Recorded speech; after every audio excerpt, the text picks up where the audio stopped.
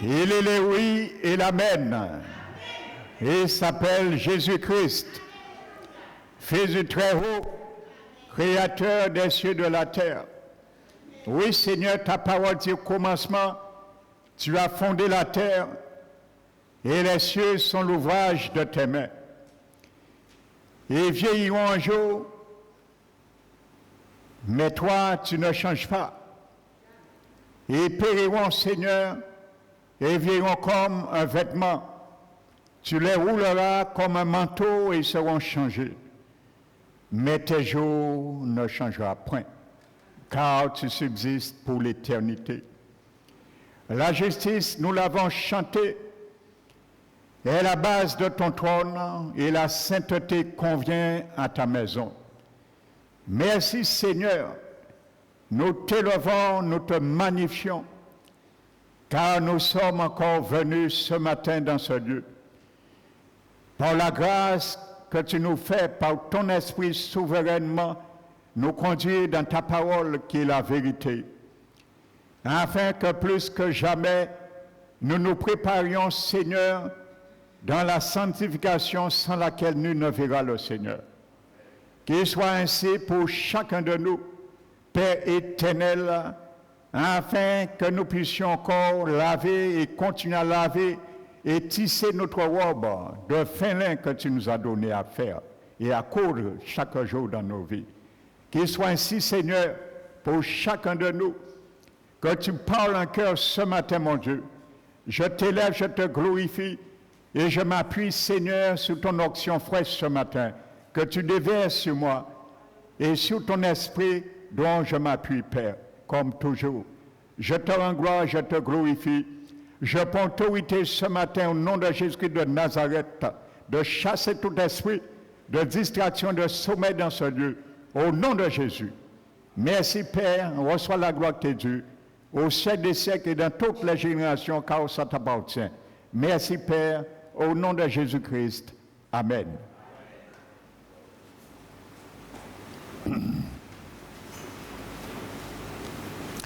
Donc je salue fraternellement chacun de vous, frères et sœurs. Alléluia.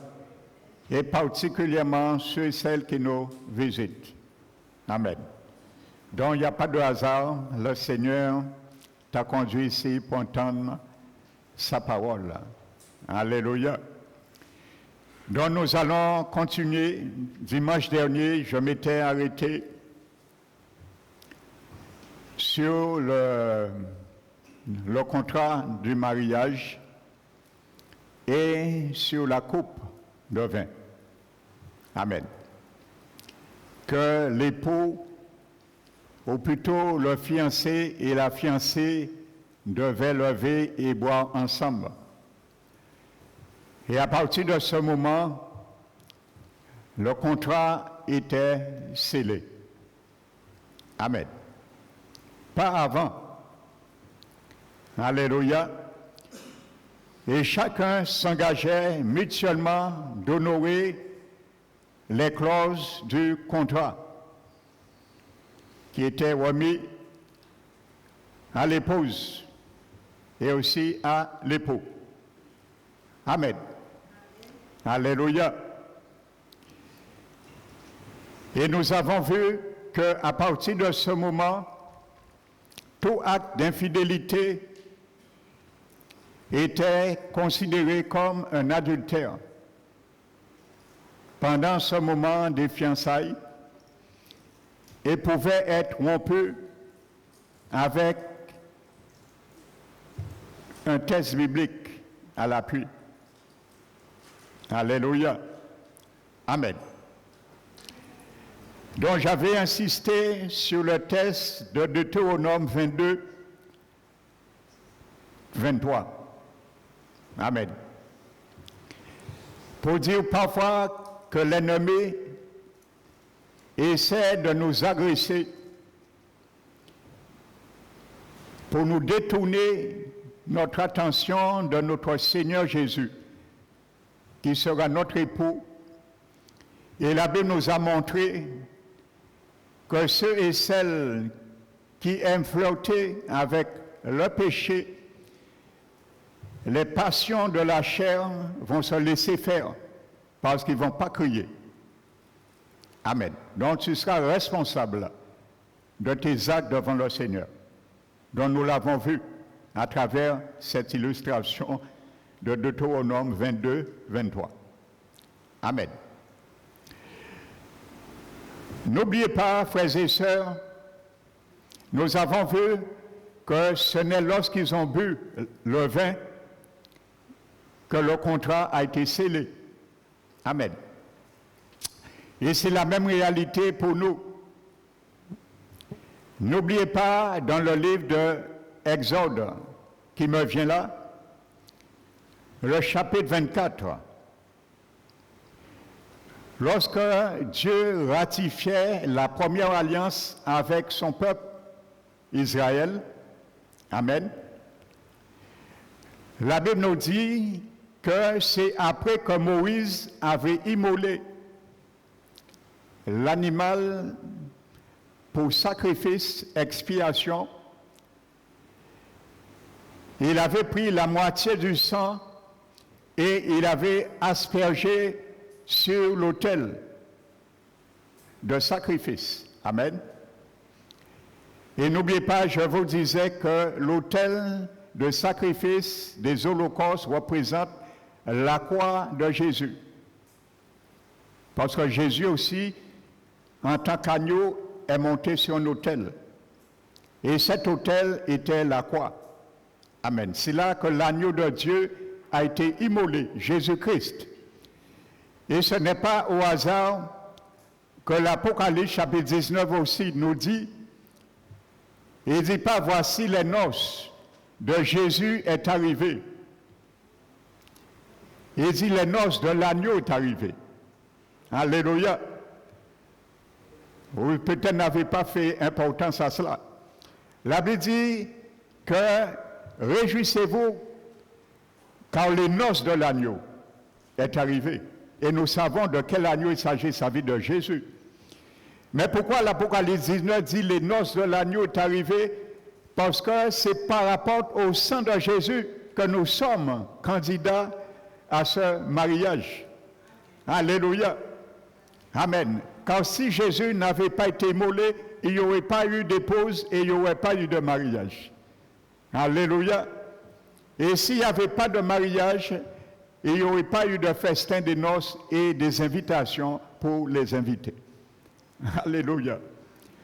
Donc je disais que, n'oubliez pas, Exode 24, Moïse prit ensuite la moitié, l'autre moitié du sang dans la bassine et il aspergea sur le peuple et sur le livre de l'Alliance. Mais pas avant une chose, n'oublions pas cela. Après que le peuple, d'une même voix, avait dit, nous obéirons à l'Éternel et nous ferons tout ce que l'Éternel a dit. Amen. Donc, ça veut dire, mon frère, ma soeur, lorsque nous avons bu la coupe de l'Alliance, comme le mariage juif, les fiançailles juifs, nous avons dit à Jésus, par cet acte, nous nous engageons à obéir à toutes les paroles qui sont dans le contrat du mariage. Amen. Parce que c'est après qu'ils avaient dit du même voix, nous obéirons à l'Éternel et nous ferons tout ce qu'il a dit. Moïse prit maintenant le sang et il l'aspergea sur le livre de l'Alliance et sur le peuple. Amen. Et à ce moment, Moïse dit, voici le sang de l'Alliance que l'Éternel a fait avec vous. Amen. Donc, je disais, n'oubliez pas que le sang de Jésus nous lie à deux choses. Amen. Il nous lie à l'autel et il nous lie à l'observance de l'alliance. Amen. Les images dans la Bible sont très parlantes. Amen.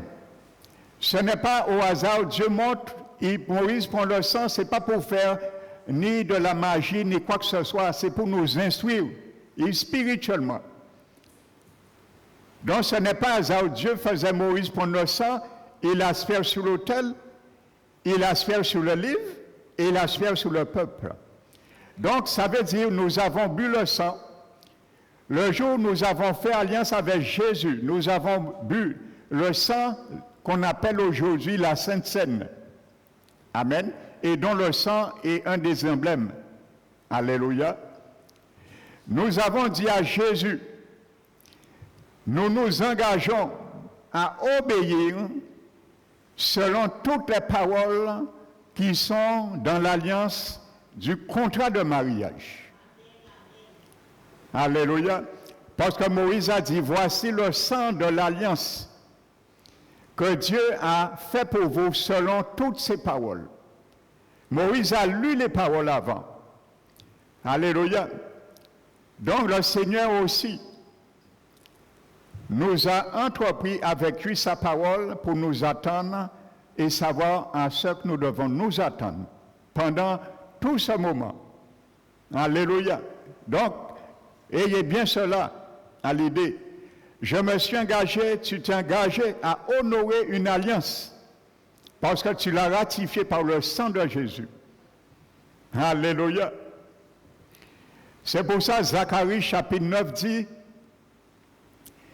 en parlant du Seigneur, il a dit Éternel, à cause de ton alliance ratifiée par du sang, tu retires des captifs dans la fosse où il n'y a point d'eau. Alléluia. Où il n'y a point d'eau. Alléluia. Il y a beaucoup parmi le peuple de Dieu, ils se sont eux-mêmes mis dans une fosse. Amen. Mais cette fosse, il y a l'eau pour te retirer. Alléluia. C'est l'eau du Seigneur Jésus. C'est l'eau de sa parole. C'est l'eau de son pardon. Alléluia. Donc quand il n'y a pas d'eau, tu restes dans la fosse. Amen. Alléluia. La Bible dit où il y a point d'eau. Alléluia. Donc il te retire. Amen. Mais quand tu as l'eau, tu resteras dans la fosse parce qu'il y a l'eau. Je ne sais pas si vous comprenez cela. Alléluia.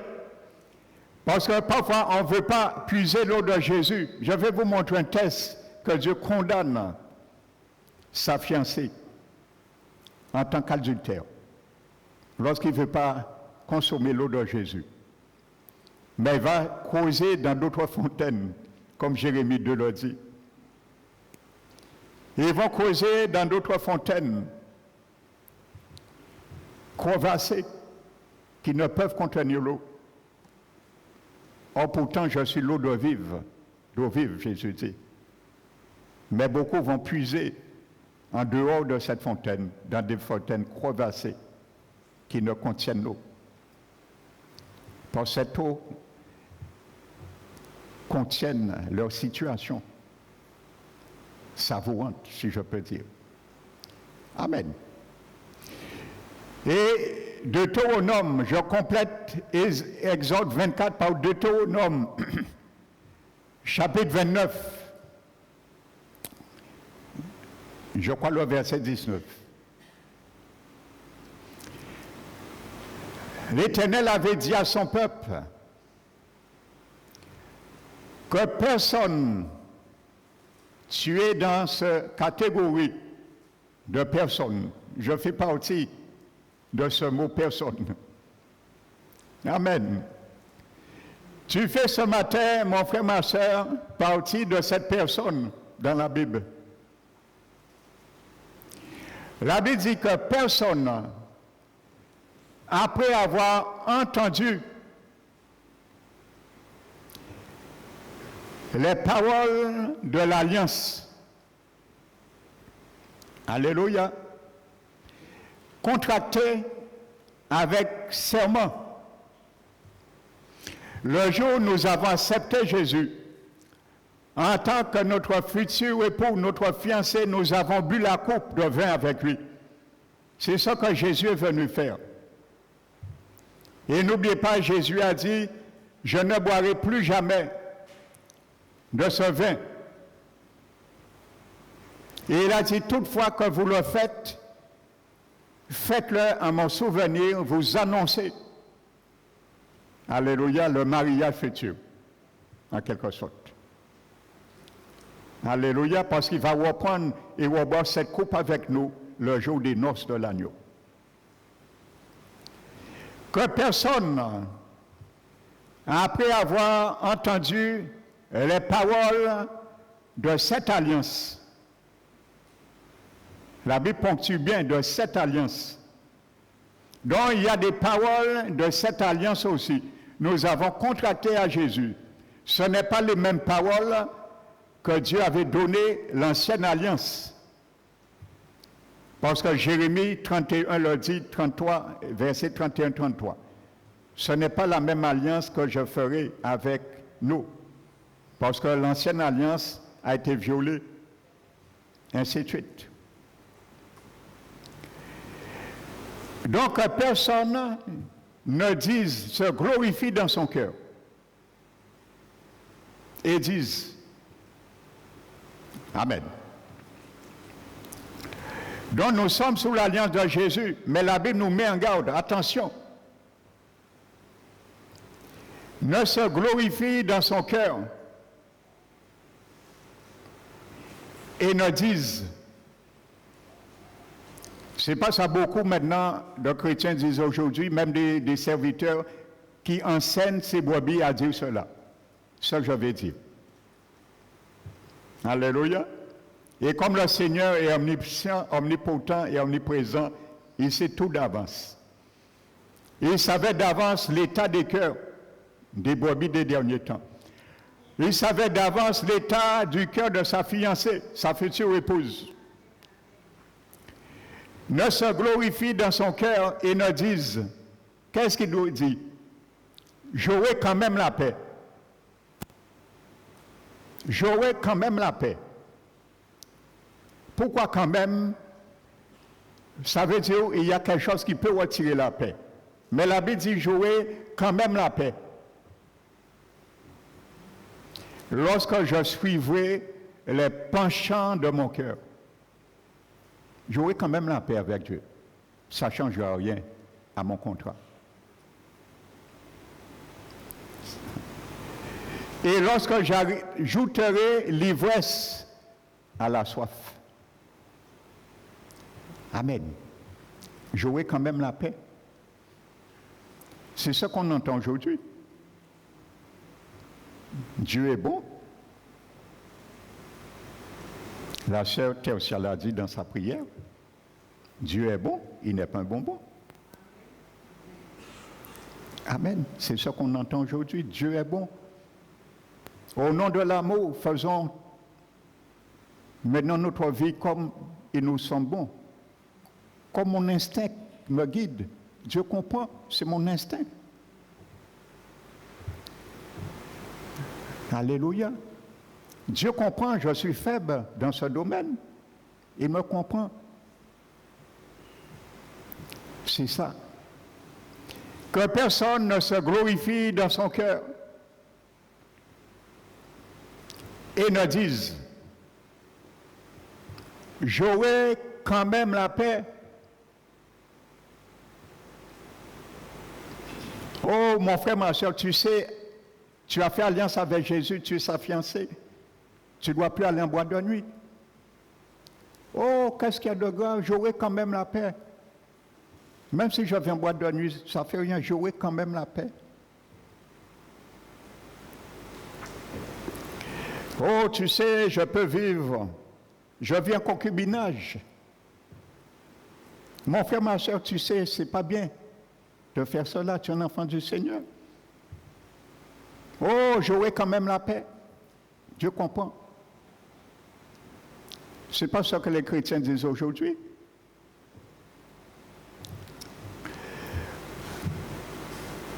C'est aujourd'hui dimanche. La France joue la finale de la Coupe. À 10h, le match. Je préfère rester regarder cela. C'est plus important de venir au culte. Oui, mon frère, ma soeur, mais tu pourras voir le match après, il y a une diffusion. Non, c'est le bon moment. Je préfère voir en direct. J'aurai quand même la paix. Dieu comprend. Voici ce que beaucoup aujourd'hui disent, qui font partie de la fiancée de Jésus. Alléluia. Vous pouvez ajouter tout ce que nous pouvons ajouter. Amen. Quand même, je suivais les penchants de mon cœur. Vous voyez, de son cœur, mais pas les penchants du cœur de son bien-aimé, son fiancé, Jésus. Et j'ajouterai l'ivresse à la soif, mais lisez la suite. L'Éternel à la suite aussi a donné la réponse pour toutes choses. Il est écrit, sache que l'Éternel ne pourra point le pardonner. Voici les conséquences de Dieu comprend. Et il est dit, sache que la colère et la jalousie de Dieu s'enflammera sur un tel homme. Lorsqu'on viole l'alliance, ça enflamme la colère et la jalousie de Dieu. Alléluia. Et lisez la suite. Amen. Donc pour revenir, c'est quelque chose qui était très sérieux.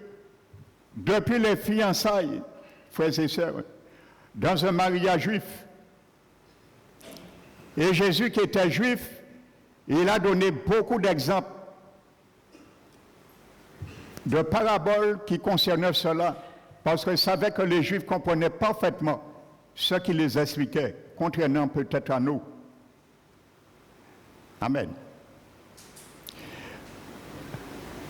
N'oubliez pas quelque chose, un détail, je ne sais pas si je l'ai dit.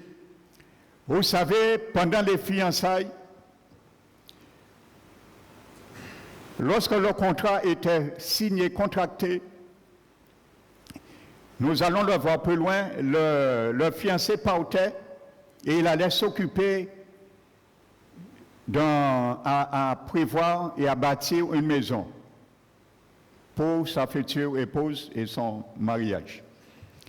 Et la part la plus importante pendant ce moment de fiançailles, pour l'épouse, la fiancée, elle devait faire de sorte à travailler sur son vêtement de mariage. C'était la tâche la plus importante pour la fiancée.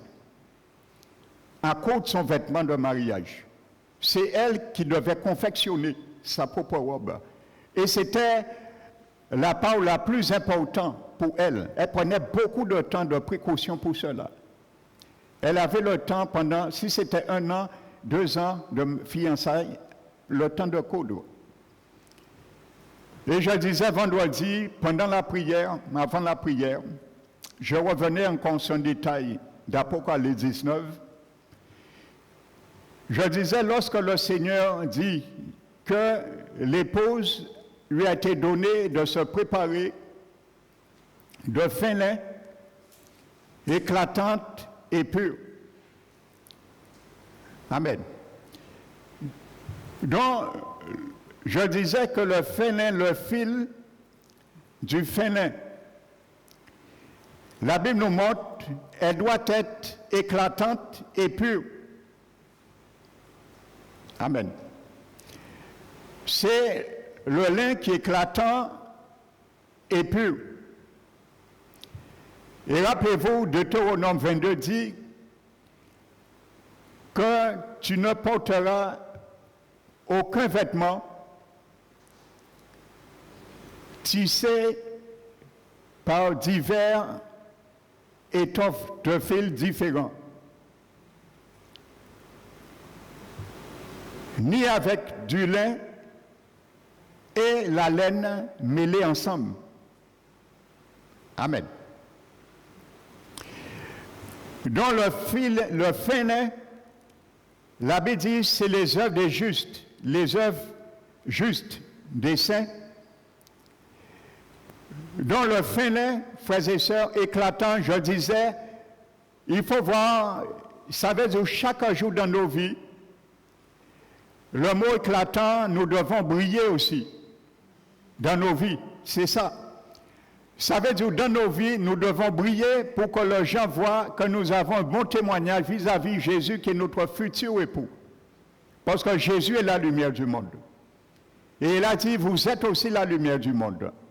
Donc le fin lin éclatant doit démontrer que nous devons briller aussi dans le monde. Comme des flambeaux, comme des chandeliers au milieu des ténèbres. Alléluia. Donc le fin lin aussi, ça veut dire que nos vies doivent être brillantes.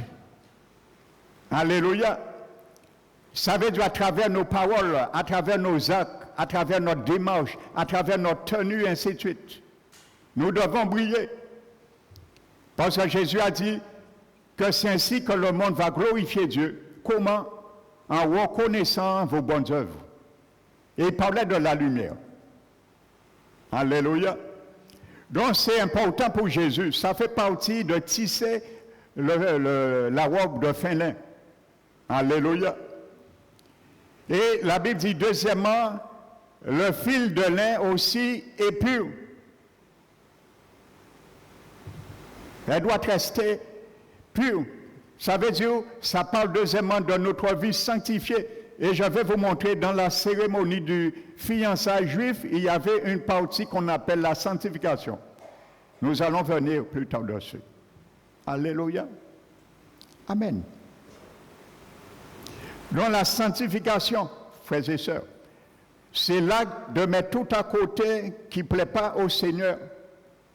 Tout ce qui ne glorifie pas le Seigneur. Ce que le Seigneur est, nous devons haïr.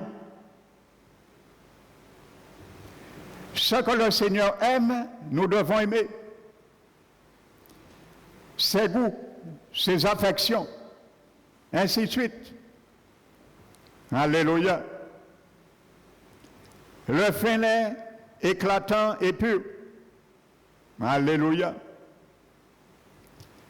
Mais nous allons voir, l'ennemi va nous apprendre à tisser avec deux fils différents, sinon plus. Mais Dieu nous dit, tu ne vas pas te revêtir avec un vêtement tissé de deux fils d'étoffe différents. Et il dit avec du laine et du lin. Et je vais te démontrer dans la Bible, l'adversaire va nous faire tisser avec la laine et le lin. Ce que Dieu interdit. Alléluia. N'oubliez pas, je vous avais dit que beau père là ça et qui met des ordres toute vie en nous, en mariage en nous. Et vous savez de qui je parle, pour ne pas nommer son nom. Parce qu'il ne vit pas mariage là ça. Alléluia. Mais Jésus payait d'autres là. Il n'a pas ni le choix. Et qui attaquait le mariage à Jésus, mais Jésus payait. Il fallait payer la dot avant les fiançailles. Et il y avait la dot, le prix de la dot. Et il y avait le consentement de la femme. Et ensuite, il y avait la coupe de vin. Alléluia. Donc Jésus a payé. Alléluia. Il a payé 35 d'argent pour toi et moi. Pour nous libérer, pour nous lâcher de sa captivité. Alléluia. Amen. Maintenant, je continue dans l'infidélité, parce que ça, c'est la partie la plus importante dans ce message.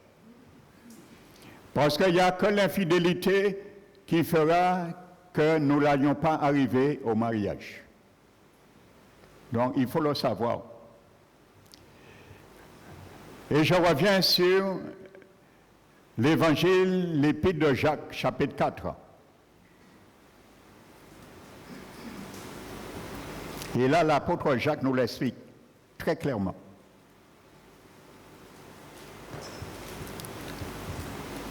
Amen. L'apôtre Jacques. Il dit, d'où viennent les luttes et d'où viennent les querelles? Amen. Jacques pose une question à sa fiancée de Jésus, parce qu'il parle à la fiancée de Jésus. Voici la question, l'abbé nous pose, toi, fiancée de Jésus, ce matin.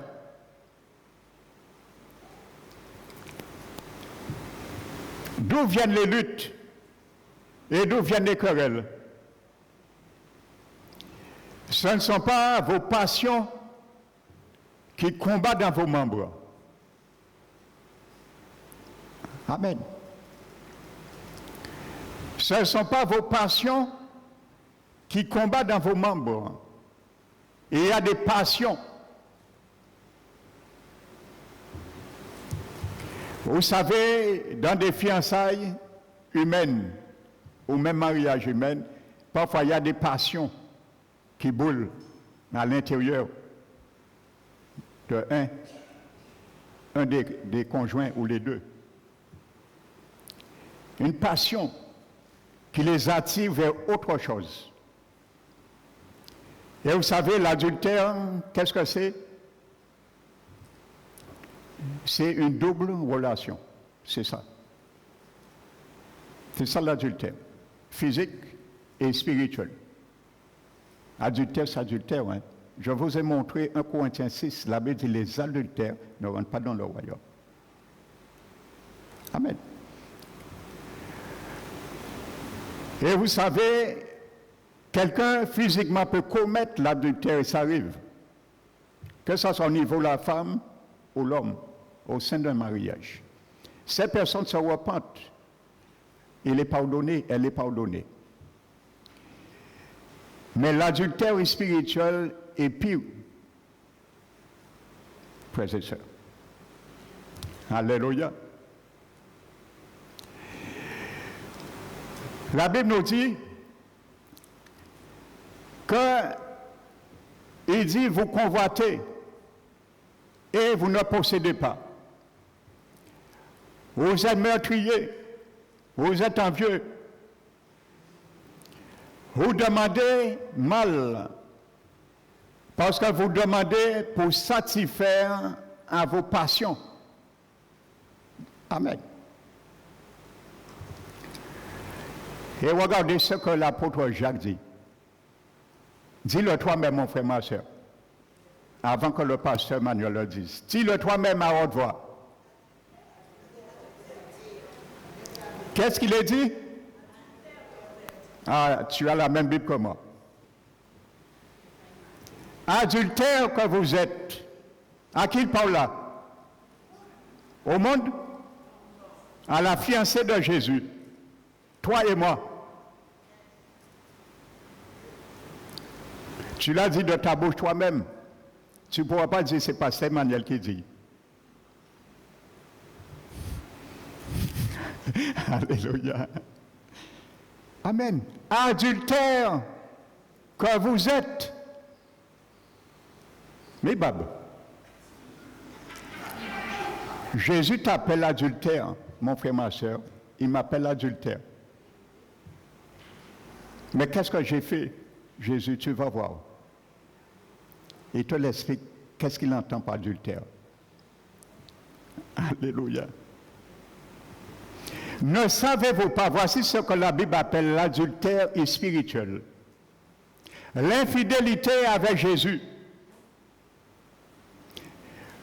Ne savez-vous pas que l'amour du monde est inimitié contre Dieu?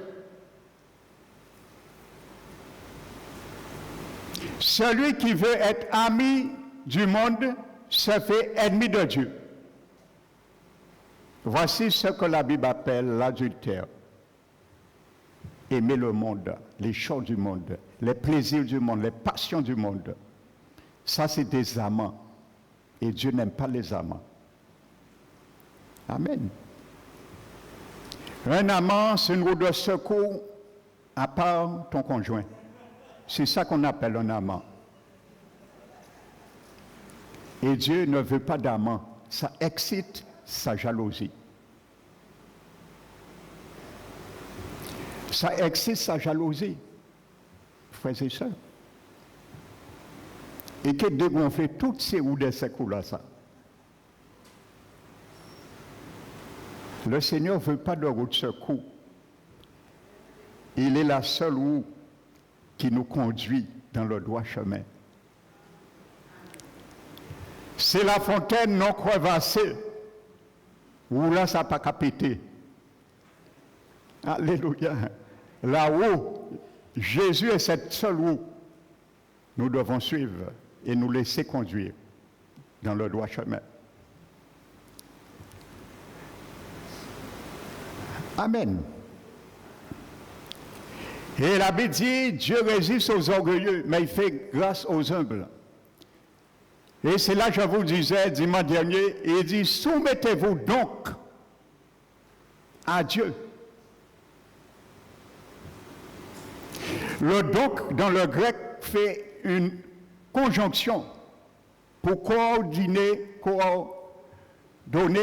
ce qu'il a été dit avant. Pour sortir dans l'adultère spirituel, donc, soumettez-vous à Dieu et résistez au diable. Mais pourquoi l'apôtre Jacques subitement parle du diable? Il n'a jamais parlé avant du diable. Parce que les passions et les querelles viennent du diable. Et c'est les fruits qui sont encore en nous. Et il combat dans vos membres. Vous voyez, il va chercher à mettre cela en appétit dans nos vies. Parce qu'il sait quelque chose, la loi du péché, il a mis en nous depuis au jardin d'Éden, demeure en nous. Il va les exciter pour nous ramener dans l'adultère spirituel contre notre Seigneur Jésus. Eh bien, l'apôtre Jean nous dit, soumettez-vous à Dieu. Résistez au diable, résistez aux mauvaises passions, résistez aux querelles, résistez aux divisions, aux disputes, ainsi de suite. Et lui fuira. Parce que Dieu est là pour nous faire sortir de toutes sortes d'adultères. Quand la Bible dit fuira loin de vous, ça veut dire que tu n'auras pas le plaisir d'aller satisfaire ce qui combat dans tes membres. Les passions, les mauvais désirs. Amen. Alléluia. Et regardez ce qu'il dit. Il dit, lavez, nettoyez vos mains,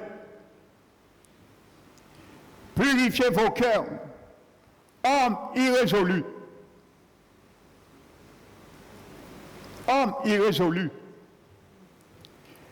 Le mot grec qui est traduit par irrésolu là veut dire âme partagée, cœur partagé, pensée partagée. C'est ça que ça veut dire le mot grec qui est traduit par irrésolu. Vous voyez bien, ça veut dire, l'apôtre Jacques dit, vous avez votre Seigneur qui est votre fiancé et vous allez près des amants. Donc, votre âme est partagée. Votre cœur est partagé, homme irrésolu, homme à cœur partagé. Littéralement, homme à âme partagée. Nous sommes avec Jésus et nous sommes avec quelqu'un d'autre. Nous sommes avec Jésus et nous sommes avec des amants, âme partagée. Amen. Donc, il dit, purifiez votre cœur. Parce que lorsque tu vas purifier ton cœur, tu ne vas pas laisser les mauvaises passions combattre dans tes membres. Alléluia. Amen. Lorsque tu vas purifier ton cœur, tu vas arrêter de dire, nous allons arrêter de dire, j'aurai quand même la paix. Lorsque nous allons purifier nos cœurs, nous allons arrêter de dire cela. Amen. Et ensuite, il vient pour nous montrer le dégoût que nous devons avoir. Sortir dans cela, notre cœur partagé. Mon cœur ballotte entre les deux, comme on dit. Et il dit, sentez votre misère. Soyez dans le deuil et dans les larmes. Il parle de la repentance. Une vraie repentance de ces choses.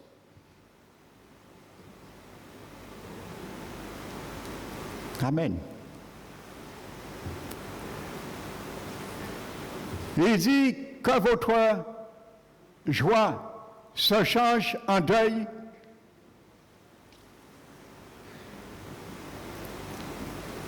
Amen. Frères et sœurs, lavez vos mains, pécheurs, purifiez vos cœurs, hommes irrésolus. Parce qu'avant, regardez ce qu'il dit dans l'Écriture. Il dit, croyez-vous que les Écritures parlent en vain? Croyez-vous que les Écritures parlent en vain? Et il dit, c'est avec jalousie que Dieu chérit l'Esprit qu'il a envoyé pour habiter en vous. Amen.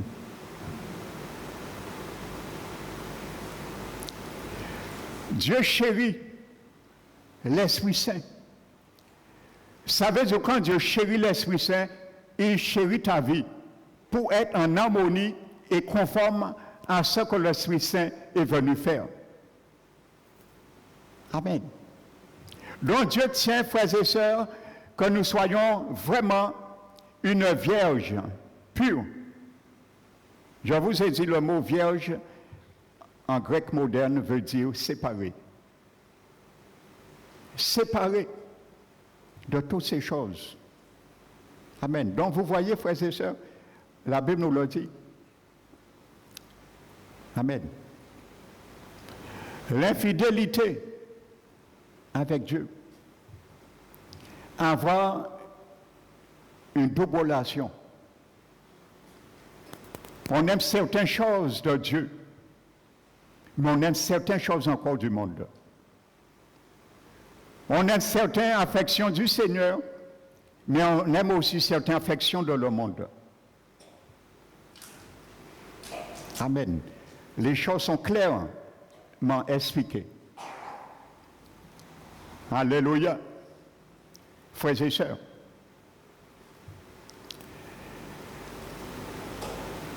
Et lorsque nous venons au Seigneur, comme on nous dit que tout est bien, tout est nouvelle,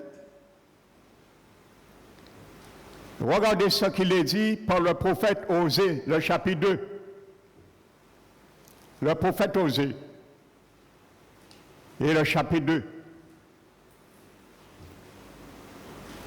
Vous savez, même dans l'Ancien Testament, Dieu appelait son peuple Israël, sa femme, et lui, l'époux. Amen. Dans Osée chapitre 2, la Bible nous dit, en parlant d'Israël, son peuple.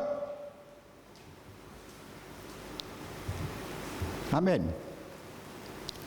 Il dit, plaidez, plaidez.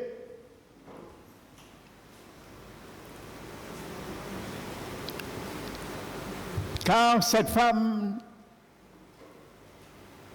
n'est pas ma femme, elle n'est plus ma femme, et je ne suis plus son mari. L'Éternel qui appelait Israël son épouse et lui son mari. Donc il y a un jour, le Seigneur peut le dire aussi, pour nous.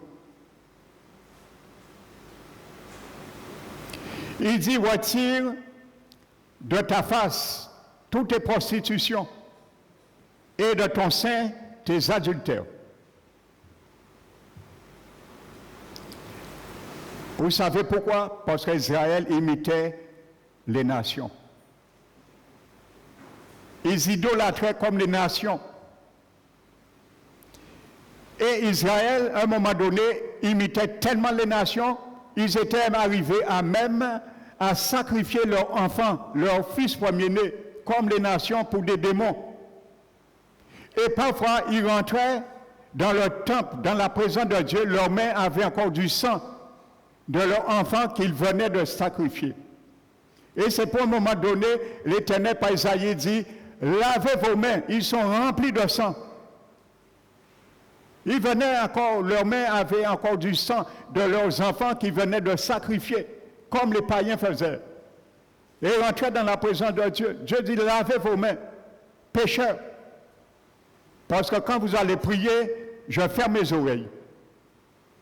Quand vous allez louer, je tourne mon dos de vous. Je ne vous écoute pas. Frère, c'est ça qui arrivait. C'est pour ça que je dis, lavez vos mains, ils sont pleins de sang. Donc je t'explique le contexte historique. Parfois, ils sacrifiaient leurs enfants, il y avait le sang encore de leurs enfants qu'ils venaient de sacrifier. Ils n'avaient même pas le temps de laver leurs mains. Et ils venaient avec le sang innocent des enfants. Ils étaient rentrés en présence à bon Dieu. Alléluia. Donc maintenant, osez. Alléluia. La Bible dit que maintenant, la mère, elle s'est prostituée. Celle qui les a conçus s'est déshonorée. Pourquoi? La Bible dit car elle a dit. Car elle a dit. Amen.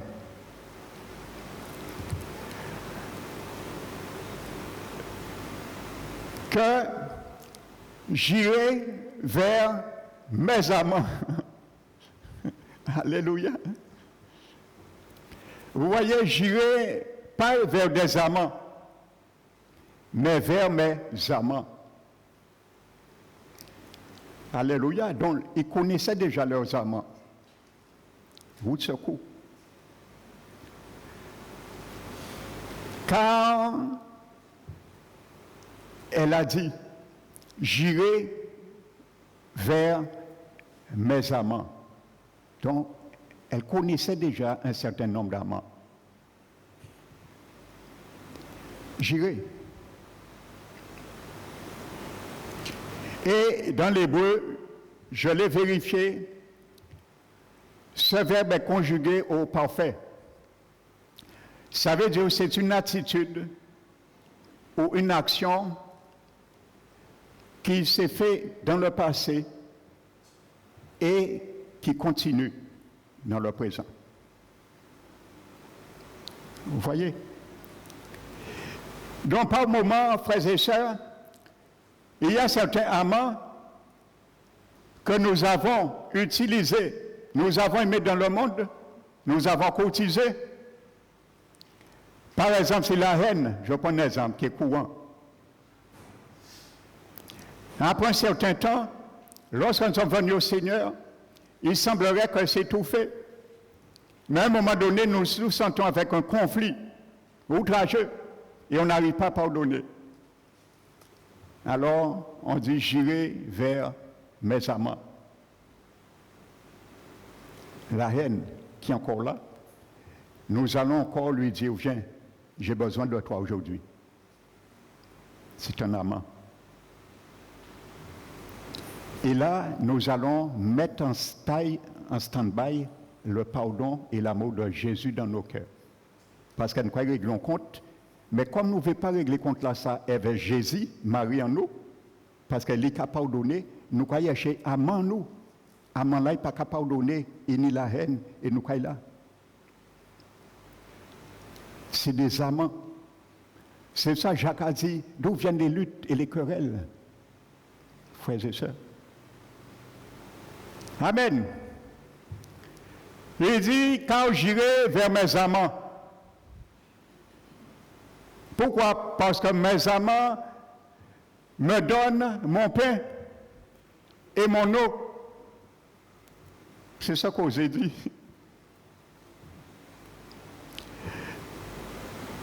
Il me donne mon pain et mon eau. Vous voyez, je vous disais, il y a une eau. Mais Jésus a promis dans l'Alliance qu'il retire les captifs où il y a plein d'eau.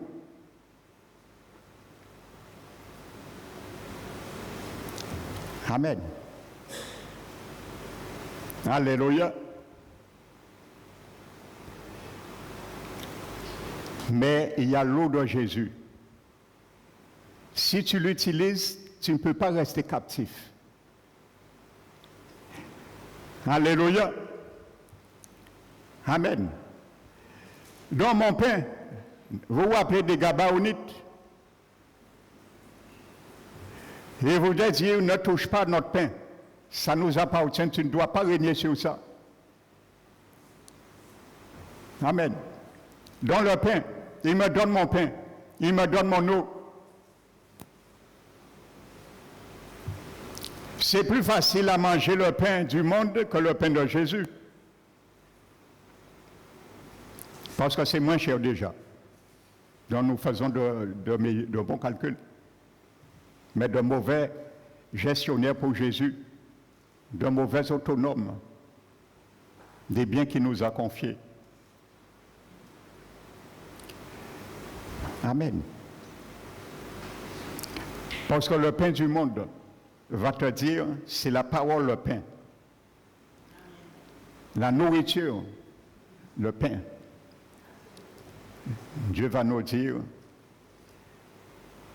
tu vois, là, tu étais un ancien alcoolique, je t'ai délivré. Ne fraude pas trop les bistrots. Ne passe pas trop près des bistrots, de peur que tu retombes.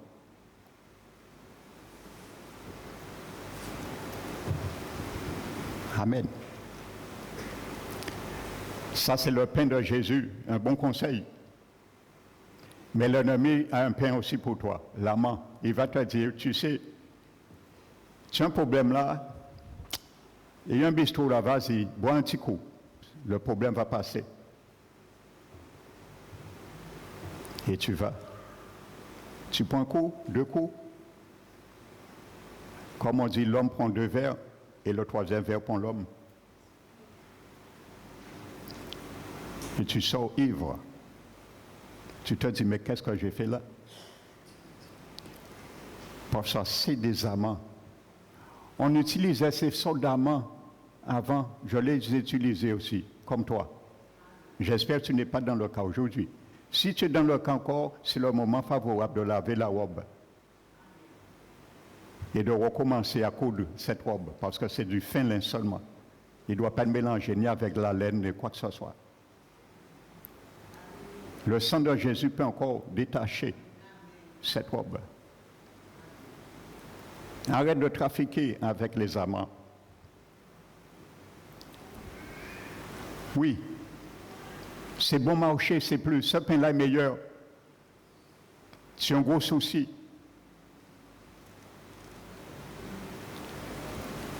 Et il y a quelque chose, une catastrophe qui s'abat sur toi, sur ton foyer.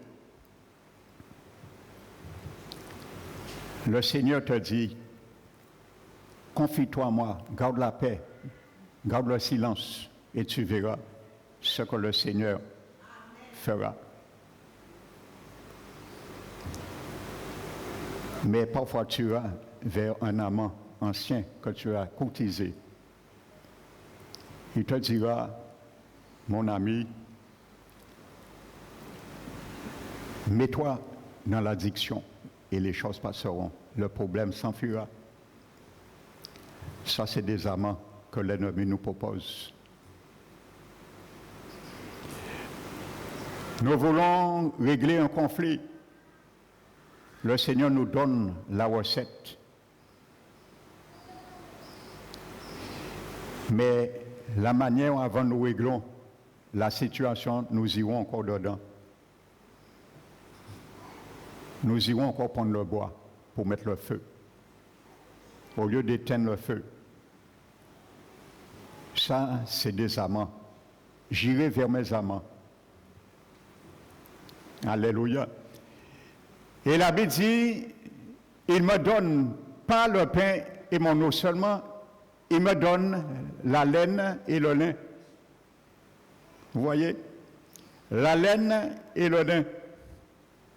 La Bible nous interdit de tisser avec la laine et le lin. Mais l'amant va nous donner la laine et le lin. Parce que la laine va nous préoccuper des choses de la vie. La laine va nous affectionner des choses de la terre et détourner notre regard sur les choses du ciel. Frères et sœurs. Amen. Vous savez, la laine n'a rien de mauvais en elle-même, parce que la Bible parle de ça, mais il y a ses utilités bien choisies. Vous savez, la laine était fait particulièrement un vêtement qu'on mettait dessus, et particulièrement pour la chaleur. Ça activait la sueur. Et le lin, c'était plutôt un vêtement qu'on mettait en dessous, parce que ça canalisait la sueur et empêchait la sueur. Et c'est pour ça que je vous dis dans Ézéchiel chapitre 44, Dieu avait dit dans le nouveau temple qui sera construit par Jésus pendant les 7 années de le millénium, il interdira aux sacrificateurs, lorsqu'ils rentrent dans leur fonction, dans leur sanctuaire, de porter du lin, de la laine. Parce que ça active la transpiration et ça amène une malédiction dans le temple et que ce sacrificateur risque d'être frappé de mort. Amen.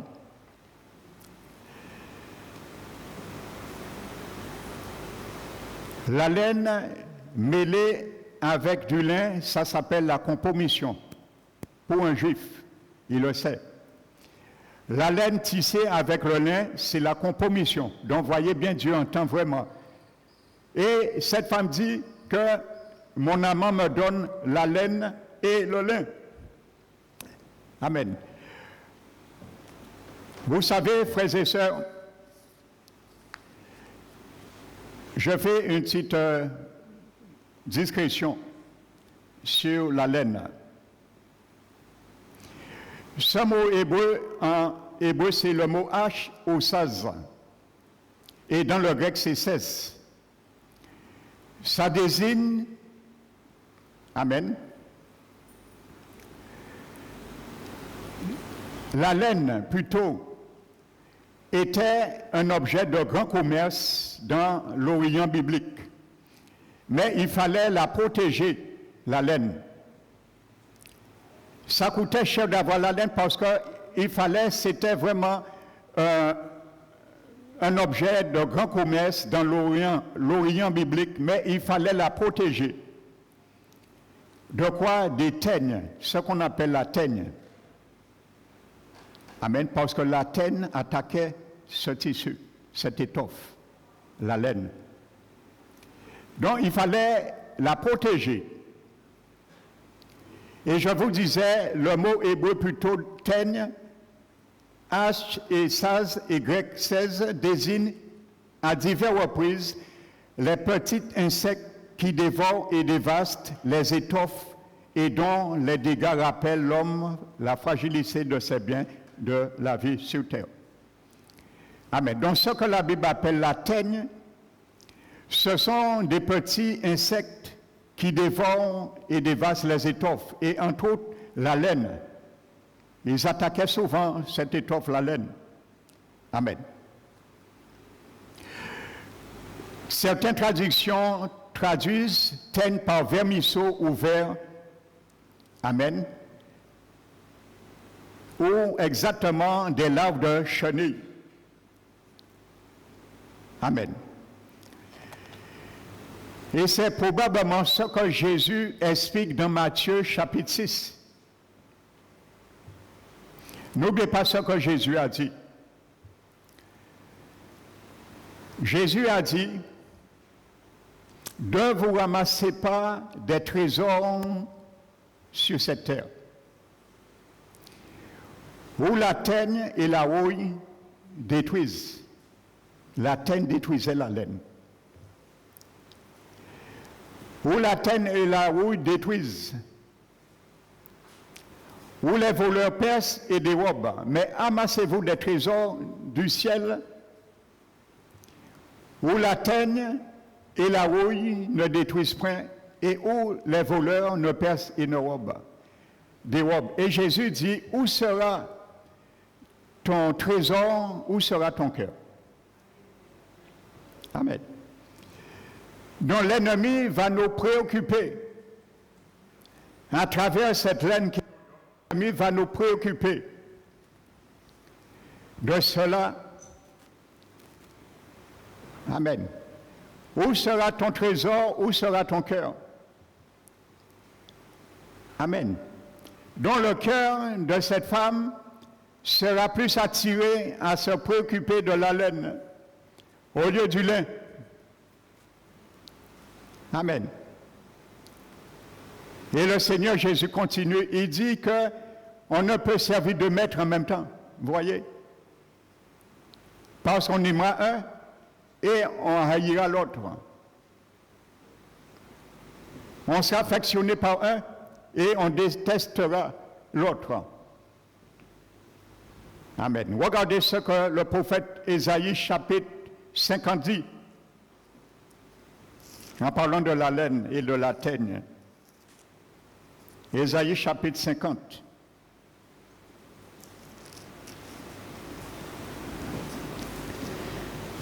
Amen. Le verset 9.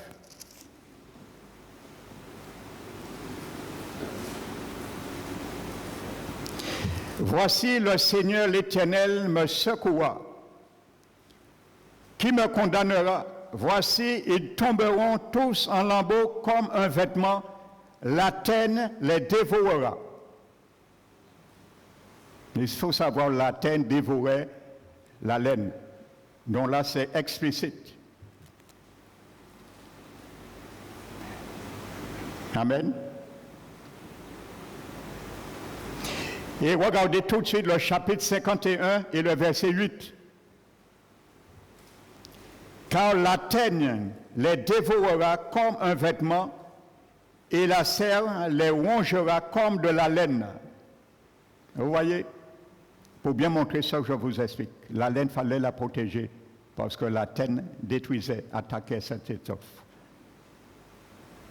Alléluia. Et la gerce les rongera comme de la laine. Ça ronge. Donc l'amant va nous préoccuper des choses inutiles, mais il va ronger notre vêtement. Vous savez, quand la Bible parle d'être revêtu d'un fin lin, ça veut dire que c'est notre vie que nous cousons en quelque sorte. Ça veut dire que la laine, c'est exactement, nous allons coudre notre vie aussi. Sur une maquette, un patron de laine. Et ça veut dire qu'il y a beaucoup de choses qui vont dévorer et qui vont ronger notre salut. Amen. Parce que si Jésus dit, il nous a été donné d'être revêtus de fin lin, si notre amant nous donne à être revêtus aussi de laine, ça veut dire qu'il veut ronger et dévaster certains aussi aspects de nos vies. Amen. Il continue, mon amant me donne mon huile et mon boisson. Mon huile et mon boisson. Amen. Et ainsi de suite. Mais comme ça va enflammer la colère et la jalousie de notre Seigneur, la parole de Dieu nous dit, je vais fermer ce chemin. Osée 2. Dieu dit maintenant, je vais fermer ce chemin. Vous savez, frères et sœurs, parfois nous avons l'intention seulement, et Dieu le sait. Nous vivons des circonstances atténuantes, mais Dieu sait, tôt ou tard, l'ennemi va nous dire, mijoter, va voir ton ancien amant. Une des vertus de la chair. Je parle spirituellement. Hein? Amen. Le Seigneur le sait déjà. Et il sait le dégât que ça va mettre dans nos vies. Il prend de l'avant parfois.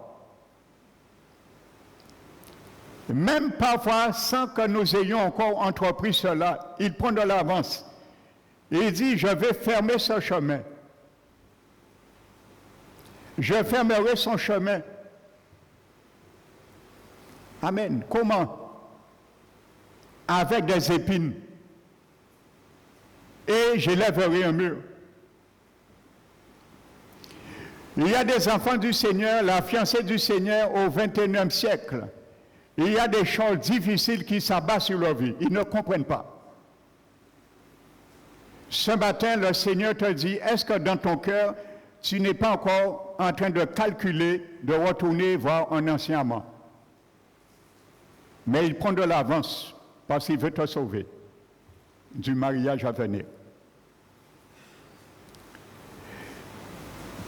Je fermerai ce chemin avec des épines et je vais élever un mur. Chaque fois, essaie d'escalader un mur qui a des épines. Si tu arrives, c'est parce que tu réduis vraiment ton coup. Essaie d'escalader un mur qui a des épines.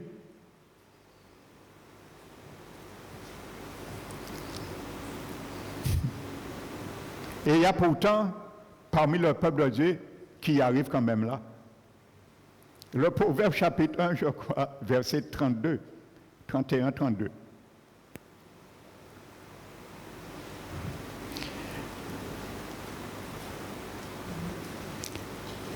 Il dit, la résistance des insensés les perd.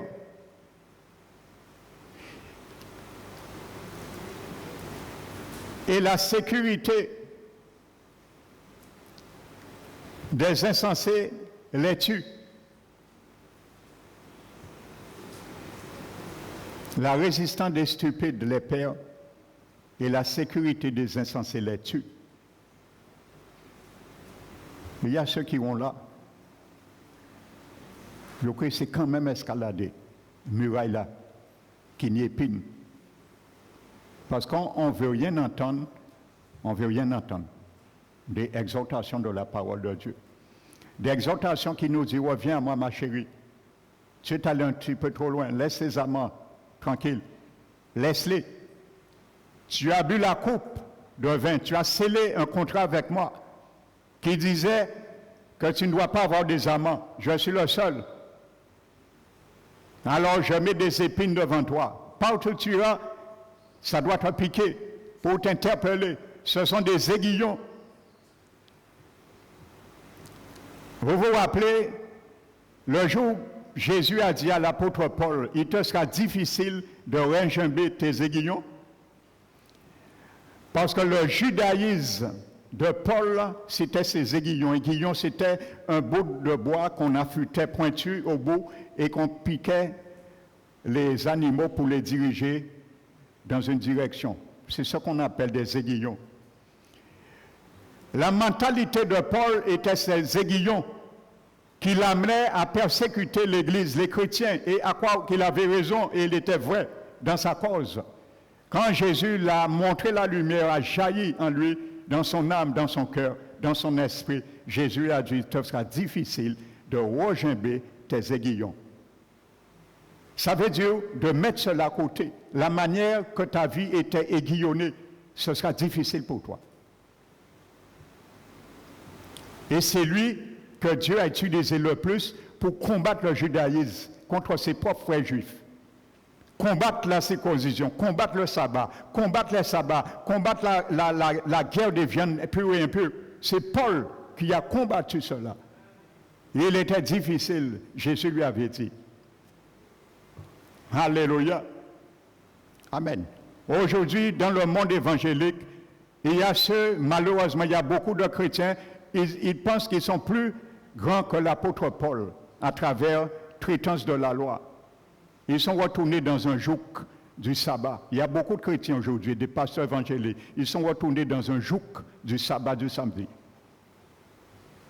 C'est dommage et c'est attristant, frères et sœurs. Mais Paul combattait cela. Et il était juif. Et il pratiquait le sabbat. Alléluia. Je ferme la parenthèse. Donc Jésus dit, je vais fermer ce chemin avec des épines. Je vais mettre une muraille, un mur. Et elle ne trouvera plus ses sentiers. Le Seigneur veut te libérer, mon frère, ma soeur. Il fera de sorte à nous arracher de tout son damant. Et il dit pour qu'elle ne puisse point trouver ses sentiers.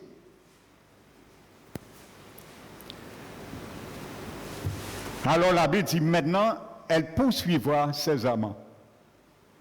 Elle les poursuivra, mais elle ne les atteindra pas. Comment le Seigneur te dit tu vas poursuivre tes amants, tu ne vas pas les atteindre et tu arrives à les atteindre? Eh bien, nous pifons même que bon Dieu. Il y a des chrétiens, le Seigneur dit, il poursuivra ses amants, mais il ne les atteindra pas, parce que Dieu fera de sorte pour cela. Et il y a quand même ceux qui l'atteignent, leur amant quand même. Hein. Je parle spirituellement, pour ne pas dire ça que moi je n'ai pas dit. Il faut dire, bon, mais ils n'ont mon dit pas c'était là en yon amant. Hein. Si tu es un amant, sors vite dans ça. J'ai déjà entendu ça, hein. Certaines personnes disent, ouais, dit pasteur là, bité à moi, en raconter. Non, le pasteur ne connaît rien sur ton bité, on t'a raconté. L'Esprit Saint le connaît. Alors parfois, il dit quelque chose pour t'interpeller. Alors si tu es un amant, sors dedans très vite. Parce que c'est des épines et une mure d'épines qui t'attend. C'est la Bible qui le dit, c'est pas moi. Dieu est obligé de faire comme ça parce qu'il veut te rattraper. Alléluia. Alors maintenant, quelle solution? Quelle est la solution de la fiancée de Jésus? Il a fermé le chemin, il y a des épines et il y a des murs. Tu ne peux rien faire d'autre. Tu vas penser à aller près des amants pour les poursuivre, pour te donner encore du pain, parce que tu n'aimes plus le pain de Jésus. Par chaque jour, il renouvelle notre intelligence par son pain, la parole de Dieu. Et comme parfois nous avons marre du renouvellement, la transformation de notre intelligence, la Bible dit étant recréés en Christ, nous devons nous revêtir de l'homme nouveau qui se renouvelle dans la connaissance à l'image de celui qui l'a créé, Jésus-Christ. Comme Jésus veut nous renouveler, alors parfois nous avons besoin de manger de temps à autre pain. En boulangerie là, nous avons l'habitude. Même s'il est assis, ça ne va pas faire rien. Alors maintenant, le Seigneur ferme les choses, tu peux pour retrouver tes sentiers. Qu'est-ce qui te manque à faire? Qu'est-ce qui me manque à faire? Eh bien, la solution t'appartient, m'appartient. La Bible dit maintenant, cette femme, qu'est-ce qu'elle va dire? Elle n'a pas le choix.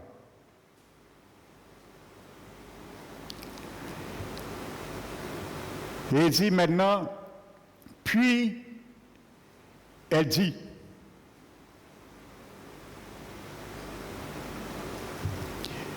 il y avait, car elle a dit, maintenant il y a un puits elle dit, car elle a dit, il y a un puis a dit après. Jésus va faire de sorte, quand nous disons car nous avons dit, Jésus fera de sorte que nous disions puis nous allons dire. Elle a dit, car elle a dit j'irai, mais maintenant Jésus va la faire dire, car elle dit j'irai encore. Il y a un j'irai au départ et il y a un j'irai en arrière, à la fin.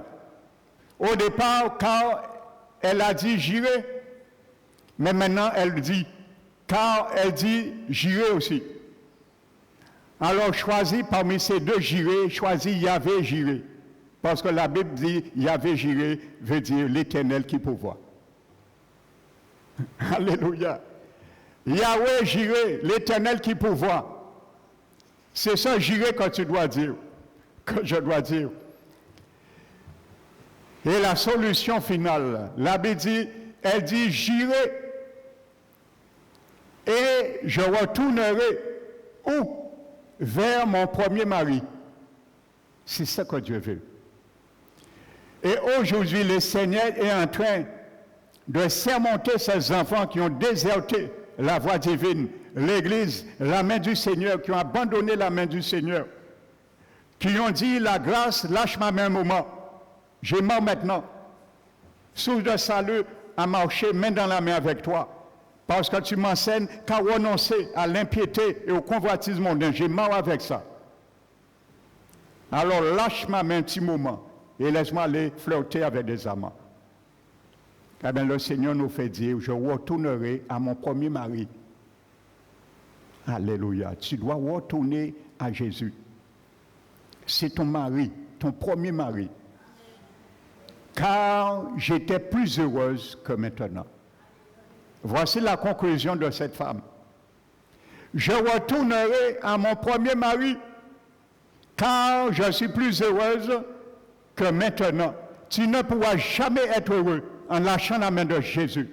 La Bible dit, tu peux dire ce que tu veux, tu peux faire ce que tu veux, tu ne pourras jamais être heureux, plus heureux, en reflétant avec le monde. Jamais. Et ça, par expérience, je le sais. Parce que je connais beaucoup d'enfants du Seigneur. Ils ont quitté cette église, ils ont quitté d'autres églises. Ils sont pires qu'avant. Tu ne peux pas être plus heureuse en quittant la main du Seigneur. C'est impossible. Amen. Je retournerai à mon premier mari, car j'étais plus heureuse que maintenant.